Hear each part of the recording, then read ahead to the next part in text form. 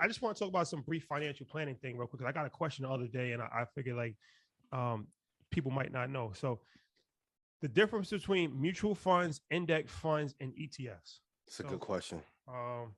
Yes. So we talk about ETFs a lot, index funds a lot. We haven't really spoken about mutual funds too much, but I'm just going to explain briefly, then I'll let you guys chime in as well if you want to talk about it. So a mutual fund is a managed portfolio of a variety of different stocks. So Franklin Diamond Tech Fund, FKDNX is the ticker. So it's it has a lot of technology stocks in it, like Google, Apple, Amazon. It's like 50% of the portfolio is in tech, but it has other areas as well. So a mutual fund is like usually managed by a company. So like Franklin Templeton for that fund, or Oppenheimer, or Fidelity, like these big institutions, right? Mm-hmm. And they'll have somebody that's actually managing the portfolio. It's actively managed, so they can move in and out of positions a lot more swiftly.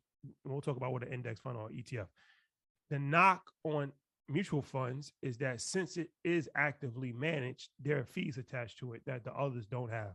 So you have like a sales charge. So a sales charge is when you put money in. So depending on how much money you put in, a sales charge could be like up to like 5% upfront. So like, let's say you put in, $1,000, 5% automatically off the rip goes to the company before the money starts investing. Then there's what's called 12B1 fees, where it's like an annual fee on an ongoing basis. So that's like the knock for people to say don't invest in mutual funds, is that there's fees attached to it. Yeah. Now, that doesn't necessarily mean that, of course, every fund is not equal, right? And there's like the thousands. The fees range too. Yeah. So there's thousands of different mutual funds. So some mutual funds, depending on how good the portfolio has done, it actually may make sense. There's also what's called no load funds.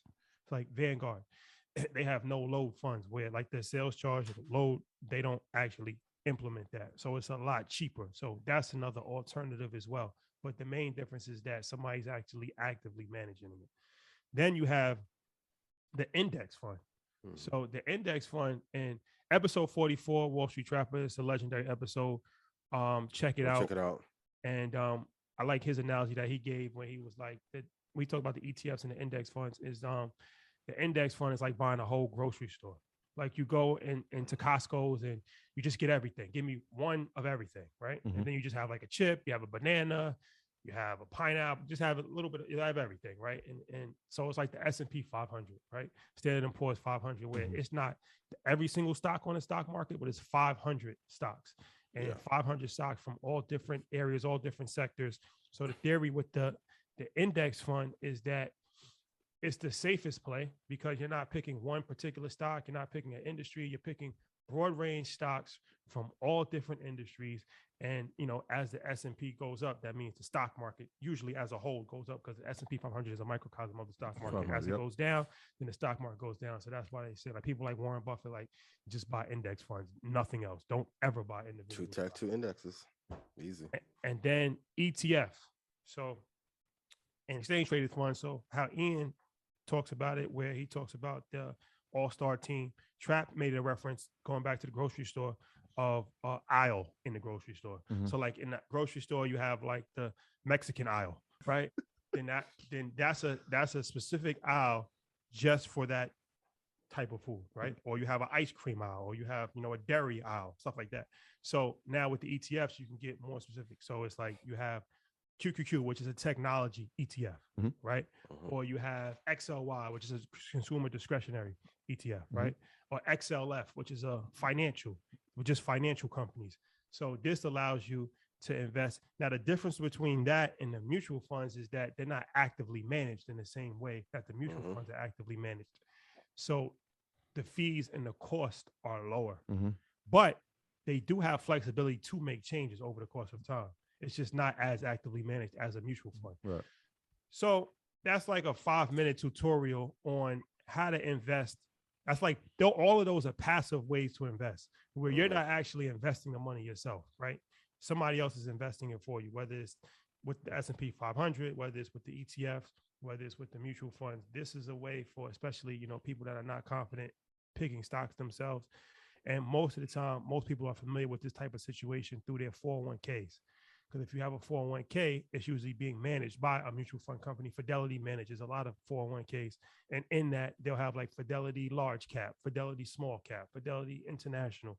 So you might be familiar with that idea from the 401k, but you can also invest in that passive way of investing, like through brokerage apps, things of that nature. Yeah. Yeah. I know people gonna ask which ones VOO and VTI are two. I know you're gonna say those. Yeah. Just play it safe, though. Yeah. Yeah, I think that's perfect. The way you just broke it down is perfect. I mean, even with the ETFs, like that asset allocation about being able to manage. And some of the ETFs it might be every 6 months they'll reassess, or it might be every year that they'll reassess. But pay attention to those things, right? Because if the ETF that you're invested in is changing percentages of the company, right? Usually that means a company potentially has an upside that they've seen, right? So like when we started, and NVIDIA inside of SMH wasn't in the top 3. If you look now, it definitely is, right? So you just watch those, right? It's moved up because obviously the growth is split.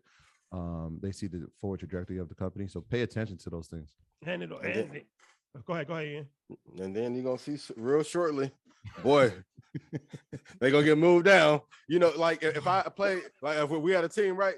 And I had 14 air balls, I'm gonna get put on the bench. Boy, watch our Facebook slide down some of these index funds on the allocation list. But that's a valuable lesson too. And so like when the S&P like drops 2%, right? And in the same day, Facebook drops 26%. This is like when we're telling you. Well, and that's the thing. Just even with be safe with the ETFs too. And this is why I don't like investing in individual stocks, because it's issues like Safety. Facebook, where it's like, all right, QQQ, Facebook is in QQQ.